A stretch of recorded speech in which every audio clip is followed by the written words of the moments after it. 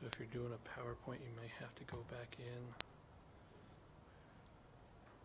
and hit present.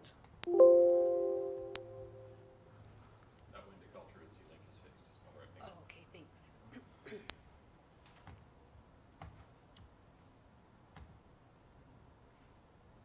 Okay, that should do it.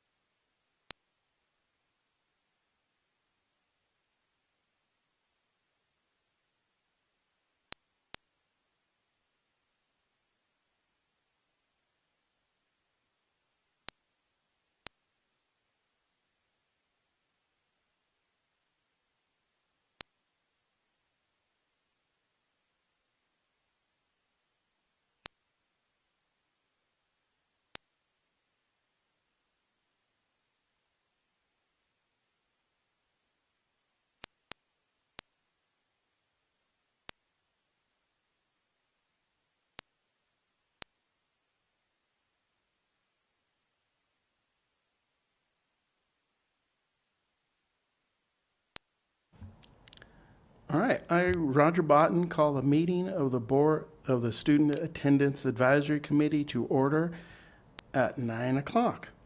Dodie, could you perform the roll call?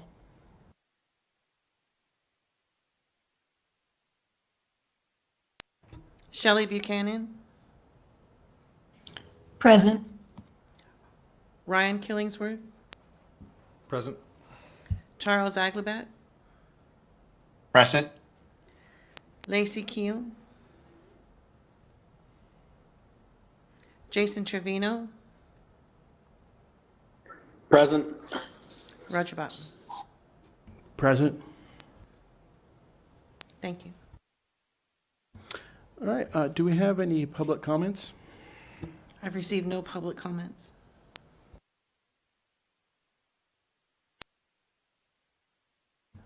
Okay, we'll move over to 2.01, approval of the minutes from June 3rd of the Student Attendance Advisory Committee. If you need a minute to look over that, if anyone has any questions.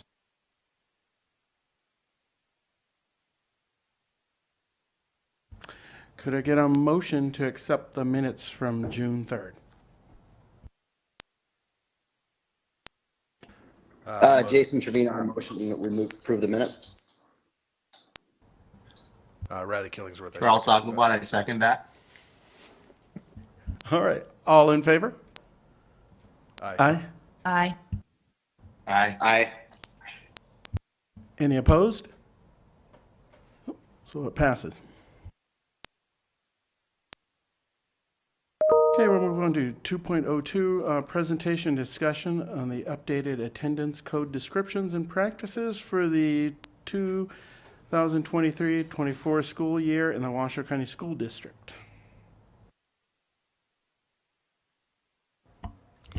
Good morning, everyone. I'm Doug Taylor. I'm the attendance coordinator with the Washoe County School District. I do have a brief PowerPoint presentation that if we can bring that up, I'll just go through. I wanted to share with you some of the updates and the changes that we made to our attendance policies and practices, specifically with regards to coding for this year. Why would it not let you share?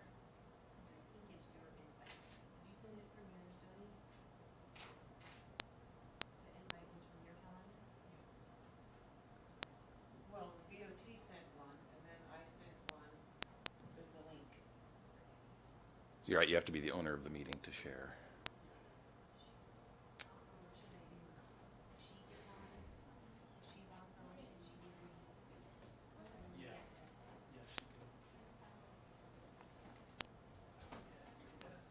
Just one moment, everybody. We just have to convert over the ownership of the Teams meeting so that we can share the PowerPoint so everybody that's online can see it.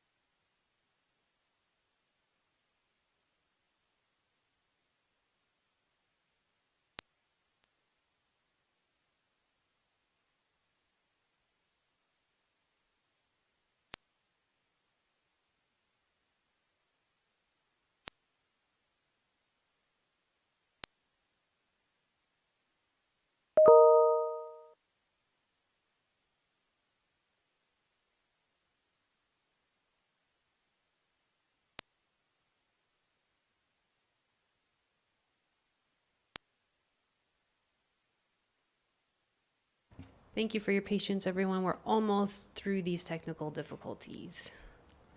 Hybrid is always a little challenging.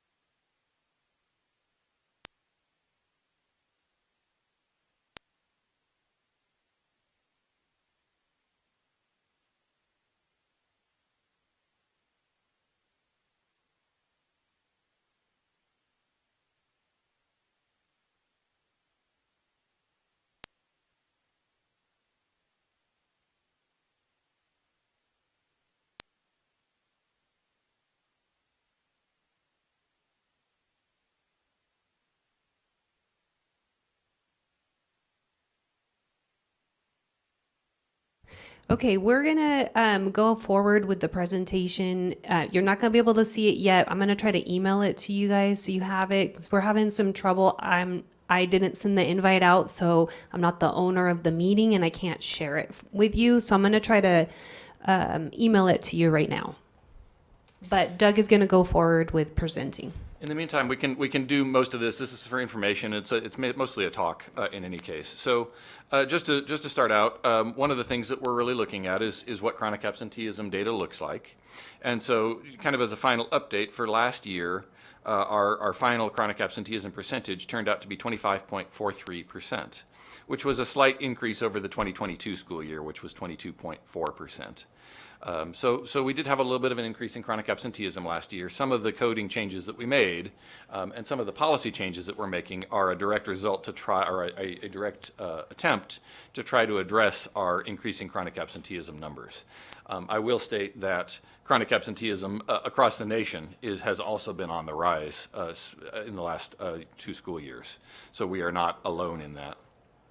One of the things that we do or are working on or have worked on to try to be able to address chronic absenteeism has to do with student voice. I'm a strong proponent of student voice and having students be involved in the conversation at all levels. And so over the last 2 years, we recorded a number of videos. I showed some of the original videos to this committee last year.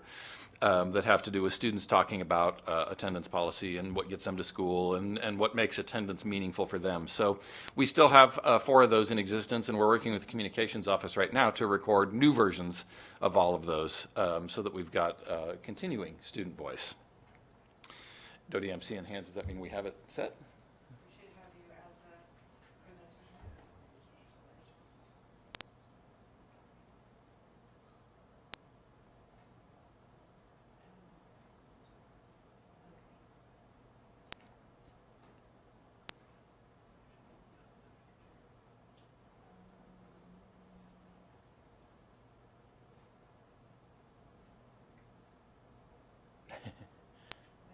It's none of those.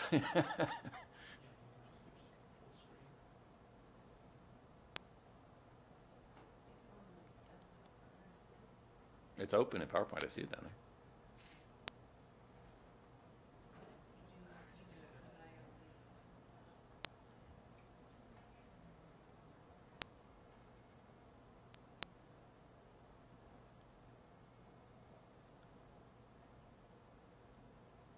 We're still not getting it there.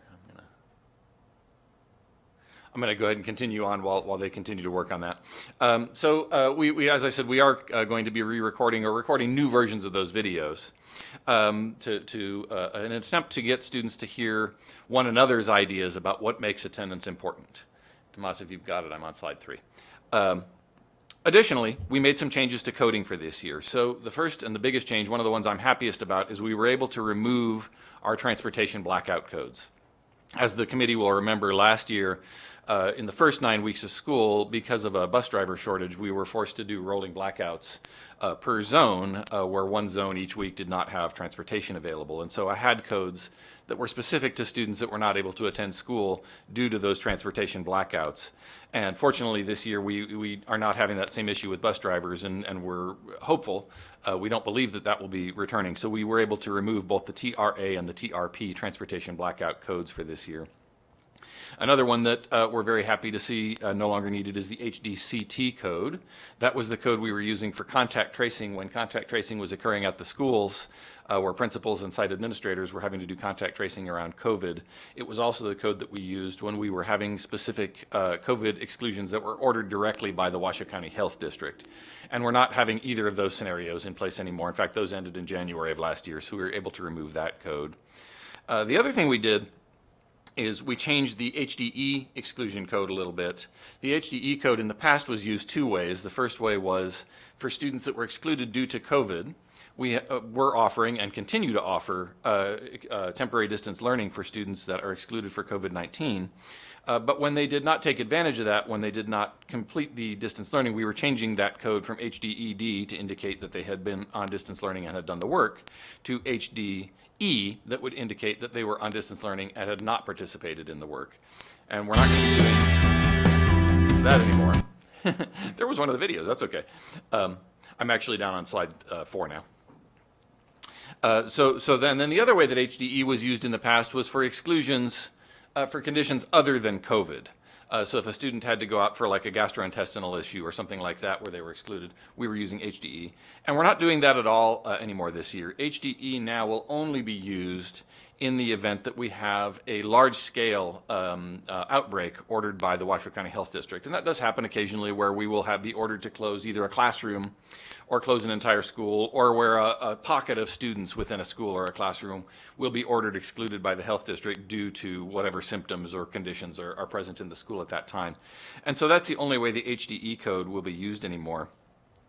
One question that might come up for some of you from that would be, well, what do we do if a student has to be excluded, by the school nurse? The student is in school and goes to the nurse, and the nurse realizes, oh, you've got these conditions that meet criteria that are given to us by the health district and that the Student Health Services Department works on to determine that a student needs to go home. We need to basically order the student to go home due to a medical condition, once they've been into the clinic. And we do have a code for that. We've actually combined the EMD, which is the excused medical documentation code that we use when a doctor would provide us with documentation. We've combined that, and we're recognizing that our school nurses are also licensed medical professionals. And so we're allowing them to use that same code when a nurse orders a student to be excluded, in the same way that if any other licensed medical professional ordered a student to be excluded or wrote us a note that a student was excluded, we would use. So we do have procedure for students to be able to be sent home and for that to be an exempt absence. But it's a different coding situation than it was before. And again, just as a reminder, we do not have excused or unexcused absences. We have exempt and non-exempt absences. On the next slide, one of the things that I've talked about with this committee in the past is the absence request form. And we added this functionality back at the start of the 22-23 school year. It was the form that allows parents to, either through the app on their smart device or through the website, through the parent portal, to request an absence and to let the school know about an absence with a way other than having to call the school and most of the time leave a voicemail. And so we've continued that. this year, and we've expanded communications around that this year. It's been talked about a lot more with schools, with principals. It was talked about at the before when we had the all administrators meeting before school started. Rochelle and I presented that to administrators over attendance, and we've been sharing it repeatedly with schools as we've been going out and visiting schools on a regular basis. It's one of the things that we always make sure we talk about. There are materials on the website that can be shared with parents. We have a frequently asked questions document. We have a tool instructions one-page form that can be copied off at schools and made available to parents. We also have a video that was created with the communications department to be able to show parents exactly how to use that functionality. And one of our hopes is that the continued use and the expanded use of that form will really cut down on the UNV absence code. UNV is our unverified absence that is used when students are not at school and we haven't received any communication from the family. We don't know why they're not at school. It is the most commonly used attendance code in the Washoe County School District, and we're hoping that by giving parents additional ways to report absences and by encouraging, that's really our focus this year. We had it last year. This year our focus is really to encourage as many families as possible to use this functionality. We'll see a cut down on that UNV code. If you want to go to the next slide. I just have a quick review for you here. I'm not going to review all of them, but just a quick review of all the attendance codes that are in use in the Washoe County School District. Those codes that are on the left of this presentation are those that do not count towards chronic absenteeism. In other words, those are the codes that would be exempt when we figure out chronic absenteeism to be reported to the state and federal government. The codes on the right are those codes that do count or are not exempt, are just standard absences towards chronic absenteeism. Basically, the difference is the codes on the left mean one of two things. Either we have documentation in some way, shape, or form from a medical, mental, or behavioral health professional, or the student is actually in school in some way, shape, or form, but they're not in their regular classroom. So maybe it's a student that is on in-school suspension, or maybe it's a student that is out doing an athletics event, and so we're counting them as present at school. They're just not in their regular classroom at that time. That's all those codes. And that's kind of the update to coding policies and procedures. Are there any questions or anything I can answer from anyone on the committee?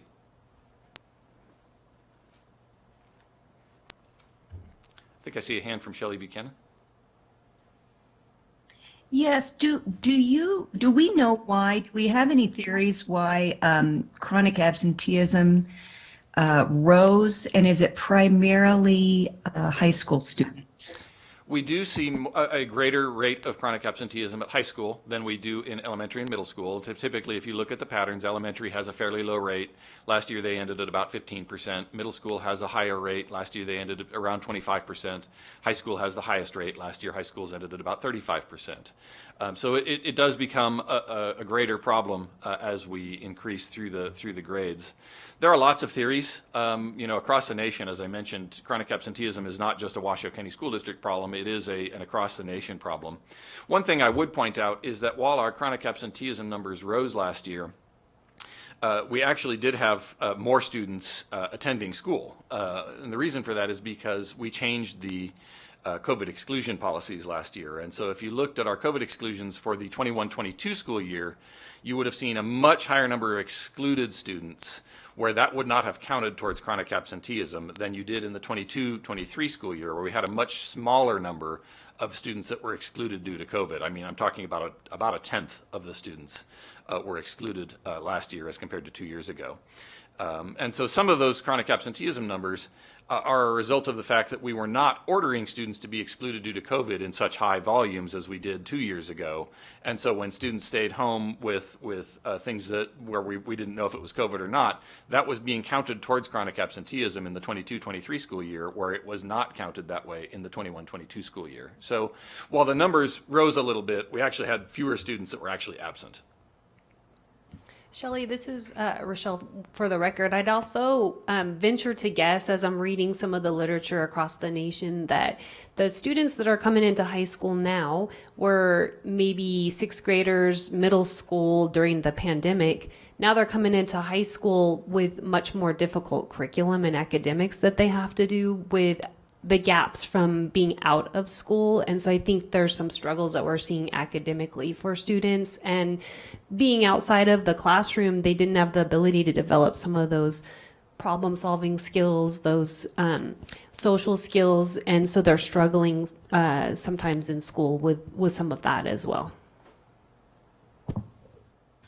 Yeah, thank you. That's what I've noticed too, and from what I've read, I think that the high schools are doing everything they can to catch kids up that were falling behind because they were in middle school during COVID.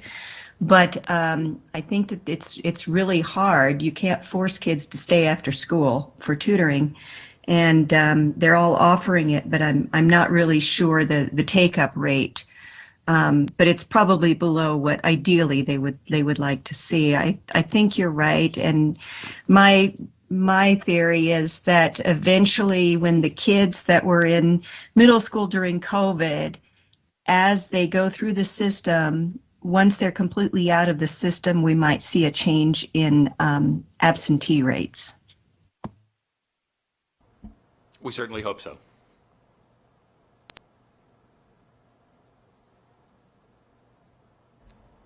Any further questions?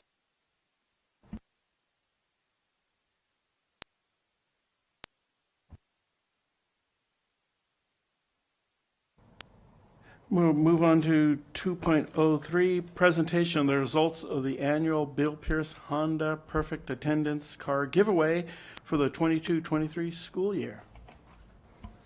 All right, so Doug Taylor again, attendance coordinator for Washoe County School District.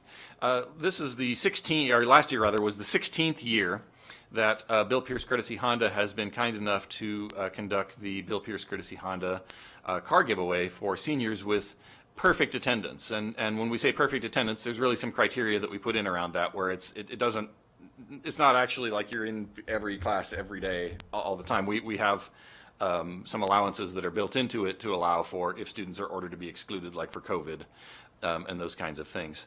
But essentially, students need to be in school or participating in school, every day to be eligible to win the car. And so every year at the end of the school year, or right after school lets out, we pull data on all of the seniors who meet the eligibility criteria, and Honda sends out materials to invite them to the Honda dealership. And so last year we had our 16th annual Bill Pierce attendance giveaway. And we had just a little video that we wanted to share with you that shows exactly what happened at that giveaway. May I ask the online folks if they can view this? Do you see the video in your screen? Yes, I do. Okay, good. Was there a question?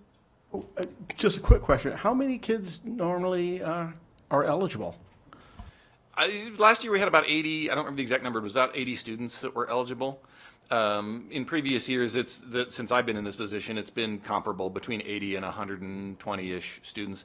Prior to COVID, we had higher eligibility numbers, so we've reduced a little bit since COVID, but it's been pretty stable at around 100 students each year.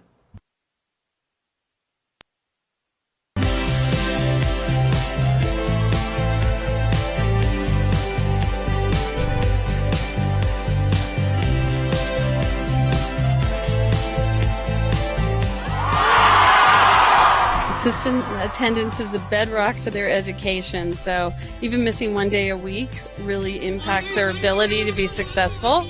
That's why we do such a hard push at the beginning of each semester for the kids. The kids that know about the car, they are checking in all the time to make sure that their attendance is perfect and telling their friends about it. So we had probably more than 25 kids from this school that qualified for it last year. So we were really excited when Quentin won the car. I'm hoping for more this year. Yeah.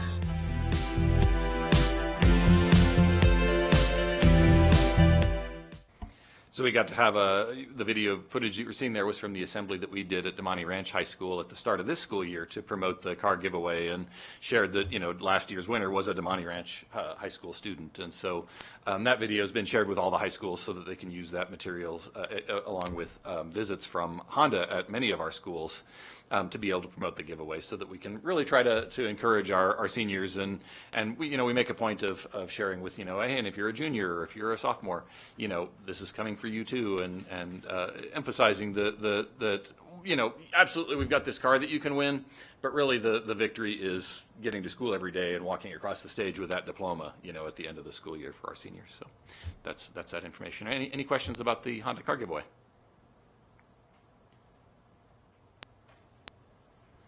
Well, thank you all for your time today.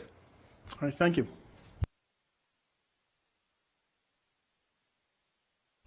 Okay, we'll move on to 2.04, update on the final 2022-2023 school year chronic absenteeism rates in Washoe County School District. Intervention Department plans to provide more extended supports and further efforts to reduce chronic absenteeism. Okay, good morning, everyone. Rochelle Murillo for the record. I am once again going to try to pull this up for you all. Let's see how I do. I wanted to update you. Doug did note for you all what chronic absenteeism looked like, and so happy to take additional questions about chronic absenteeism if you have additional. I'm going to be pulling up, and here in the building we have a form that we call when to call an attendance officer or a re-engagement specialist. So we took some time this last year to look at some of the things that we do. Hold on, let me just see if I can share this real quick with you guys so you can see this. Give me a second.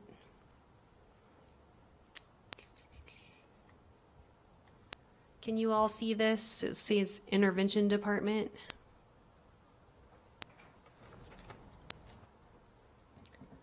I can't see you, so if somebody could just pop on audio and tell me if you could see it okay?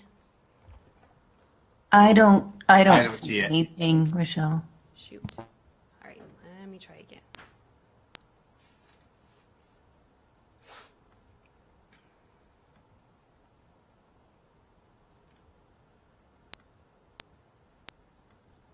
Okay, trying again. Do you see this?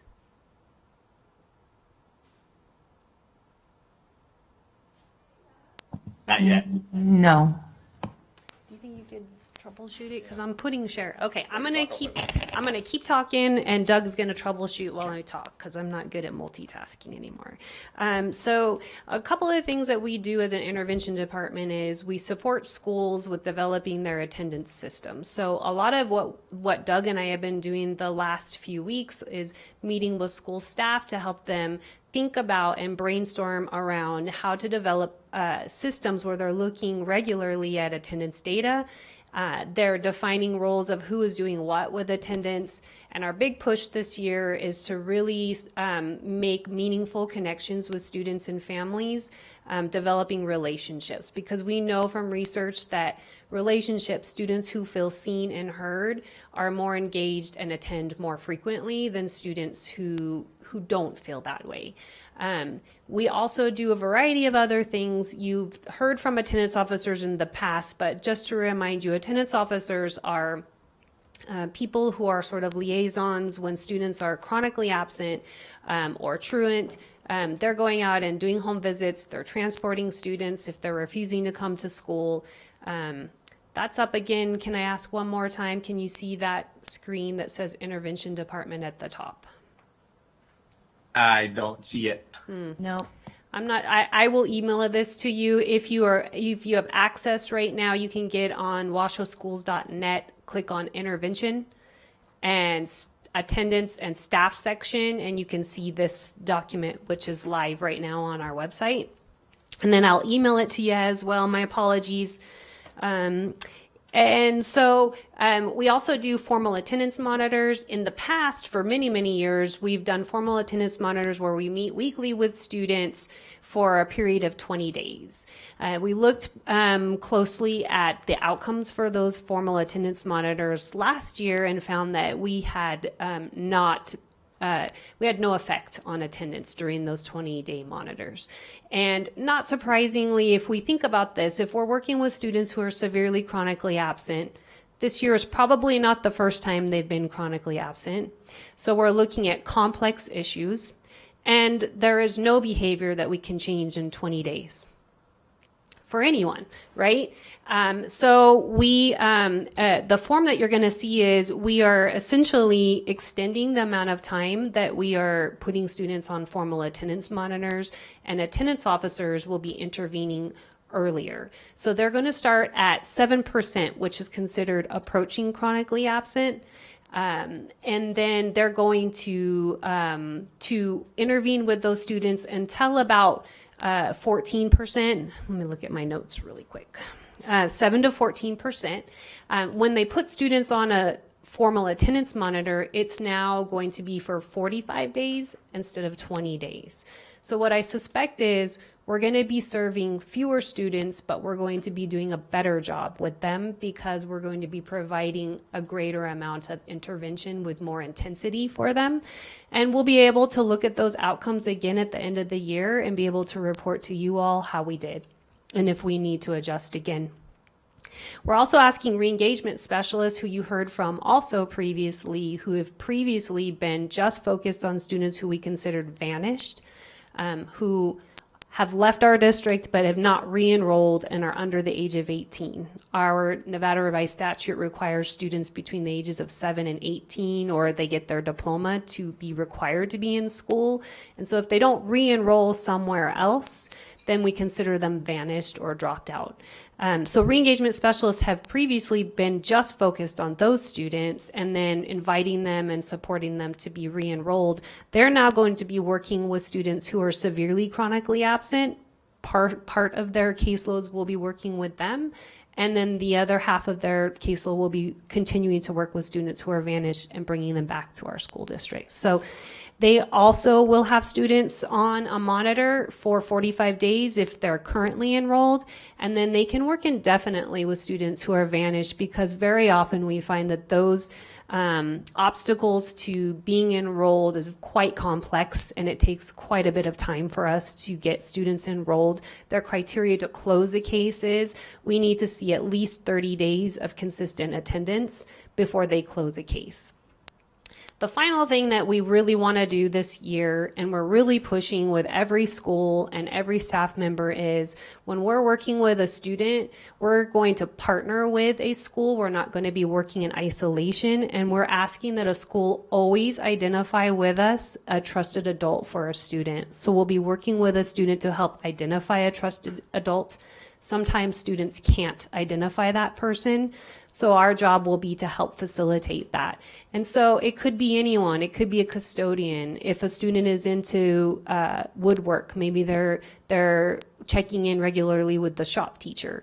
It just kind of depends on who the student feels like they're connected to. Sometimes as adults, we think we're connected to a student, but the student's perception is different. And so we're really going to need some student voice in these decisions that we make, but we always want to have a trusted adult really established before we close a case, so that a student has someone that they connect to on a daily basis. We're not there every single day, and so we want to have somebody they can connect to on a daily basis. Questions for me? Well, this is Raj Botton, Yeah. for the record. Kind of a comment, maybe a question. Counselors on their evaluations are required to do what they call closing the gap, where they address needs of student in outcome data. And that either centers around academics, behavior discipline, or attendance. And a lot of our counselors do projects on attendance. I don't know if you knew that or not. And they're required to do kind of a report and take data on that. And I think that we should find some way that we can work together, or at least share what they're doing, one way or the other, get some help on that. Because they are required to do that to see if they can put in interventions that address those, and then they take data. And year on year, and most of them are doing attendance, because that's an issue. And I'd like to sit down sometime, we can discuss how we can work together. At least you see what they're doing and their projects and the outcomes they're seeing or not, or That would be wonderful. Assistance on that, we can all work together. Yeah, I think the purpose of this meeting is to facilitate conversations like that. How can we work together and collaborate? The meetings that Doug and I have been facilitating at school sites frequently include counselors. So whatever we can do to continue that partnership, I think, is a great idea.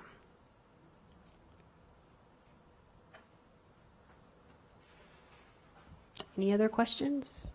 Shelley, I see you. Yeah, I know, as a formal high school and middle school teacher, and I have a lot of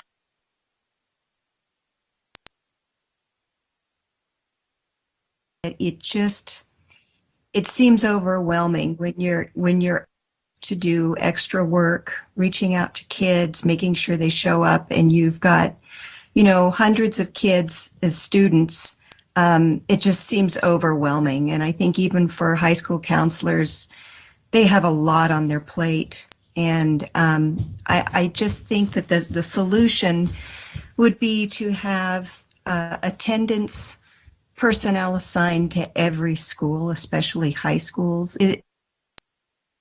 In the works or something that we could use in the budget to have full-time attendance people in the school full-time at every high school? You cut out a little bit. Are you asking, is there anything in the budget to assign a full-time person at high schools? Is that what you said? Yeah, like is there any way that we could have an attendance specialist assigned full-time at the high school, full-time to each high school? That's sort of a really big question, Shelley, and there's a lot of budget talks right now. I think some of their priorities, to be honest, is to find teachers. There's a teacher shortage, and so I think trying to make sure that we have enough teachers in schools is a big priority for our school district. I can also say we are adopting a new strategic plan in our school district, and the core beliefs of that strategic plan and that promise is to build connections with every student. And so it's an overarching guidance for us as a school district and focus as well. And to your point, it is overwhelming for teachers. And if we don't make meaningful connections, we are going to lose students. So it's trying to figure out how do we best manage that. I would love to have a person at every high school, and I don't see that happening this year. But right now we have the largest number of attendance officers that we've ever had in our school district. We have 10. So on average, they have about 8 to 10 schools on their caseload. Each one has one high school, usually 2 middle schools, and then the rest are elementary schools. We are trying to really work with elementary schools to do some prevention work, because we don't want students to miss out on those really important core skills that they learn at elementary school that they need as they get older, as you know, right? And if they miss those and have those academic gaps, that's when we see those struggles in middle and high school. Roger Botton for the record, and I would echo that I think as a school district we really need to focus on prevention. If we are dealing with issues of behavior, academic, attendance, and building in those good habits early on in elementary, we're going to see those problems continue within middle school and then continue in high school. And then sometimes that is built in so much as a habit by the time they get to high school that it's tough to really have an effect with our interventions on that. So I think whatever it is, substance use, anything of those, I think prevention is really a lot where we can get the most, bang for the buck, I think, in a lot of ways. We put a lot, and I think a lot of times we put all this effort into high school, and we do. I mean, that's where it really, the effects are really seen, but sometimes that's a huge mountain we're dealing with, and we could have dealt with it as a molehill earlier on. And there's so many other problems. It's really difficult to, fix that. If the kid has other things going on, maybe there's a whole history of lost academic time, effort in that. There's a history of just behavior, maybe the social issues. There's, relationship, pregnancies, drugs, gangs, all those things that pile up in high school. Plus, there's not a lot of time. Everyone wants to jump into high school. There's only so much time within that. If we're putting in interventions, we're trying to get everyone, oh, we have a program jumping in high school. High school kids are so busy anyway with stuff, and everyone's trying to get a piece of time that it's hard. And I think I'm just encouraged that we need to always consider trying to be preventative in our efforts. Please go ahead, Shelley. Yeah, I second what Roger said. He made a really good point. Yeah, I think if you wait till high school, it's at that point it's very, very difficult. And I think even especially hitting those 6th and 7th graders as they make that transition to middle school and adolescence, that's a really pivotal time as well. That a lot of times kids, we lose them at that point. They become disengaged from school at that transition point. So I think that's a really good place to focus as well, outside of all the focus on high school.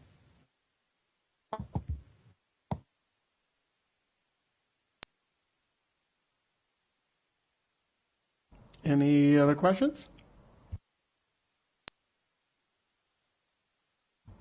All right, well, thank you. We'll move on to 2.05 committee member updates. If anyone has any updates. I just wanted to preface this by saying sometimes I'm up here talking a lot, and I wanted to give you all an opportunity if there are any updates that you think are relevant for this committee, any projects or thoughts that you have, or anything that your staff are working on, or just ideas that you have. This is an opportunity for you all to share out. So I just wanted to give you guys that opportunity as well.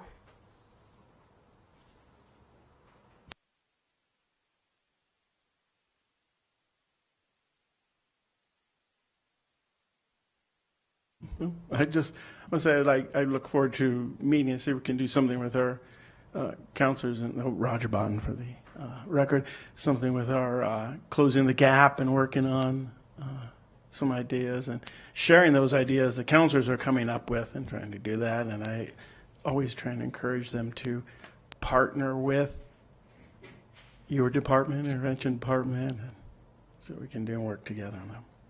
Thank you. I can also say for Carrie, who is not here, she wasn't able to make it. We've been working quite a bit around identifying strategies to support students that are chronically absent in foster care.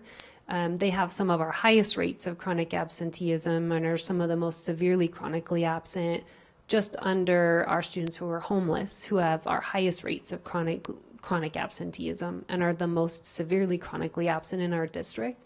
So we've been working with Carrie to identify that and provide supports around transportation and anything else that we can do. So we've been doing a lot of work with Carrie and Human Services Agency, and Children's Cabinet is in the process of developing some memorandums of understanding with us to provide some more case management to support the needs of students, and engage them in outside sorts of activities, community related activities, and support them within school too, and focusing on some chronic absenteeism interventions as well. So good partners, and they weren't able to make it. I was hoping that they could kind of give you some more specifics, but hopefully next time they can.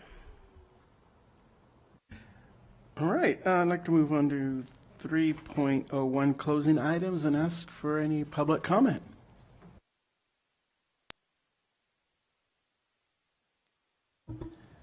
I haven't received any public comments. All right, then, go on, announce our next meeting will be December 8th. Hope to see everyone there. At this time, I'd like to adjourn the meeting at 9:45, and thank you everyone for attending. Thank you, everyone. Thanks, everyone. Have a great weekend. You too.